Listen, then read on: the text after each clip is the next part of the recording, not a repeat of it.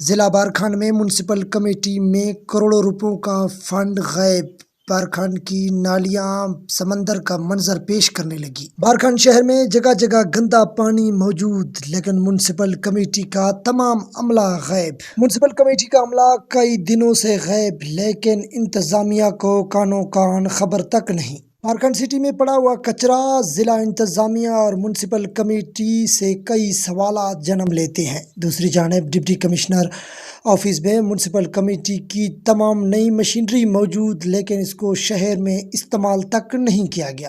بارکھان شہر کو صاف رکھنے کے لیے حکومت بلوچستان کی جانب سے میونسپل کمیٹی کے لیے کروڑوں روپوں کا فنڈ تو منظور کیا جاتا ہے، لیکن اس فنڈ کو کہاں استعمال کیا جاتا ہے انتظامیہ تک معلوم نہیں۔ مقامی لوگوں کا ڈپٹی کمشنر بارکھان سے مطالبہ کیا ہے کہ میونسپل کمیٹی کے خلاف قانونی کارروائی کر کے اور شہر کو صاف رکھا جائے تاکہ ہم بیماریوں سے محفوظ ہو سکے۔ کیمرہ ٹیم کے ساتھ شیر احمد کھیتران، واش نیوز، بارکھان۔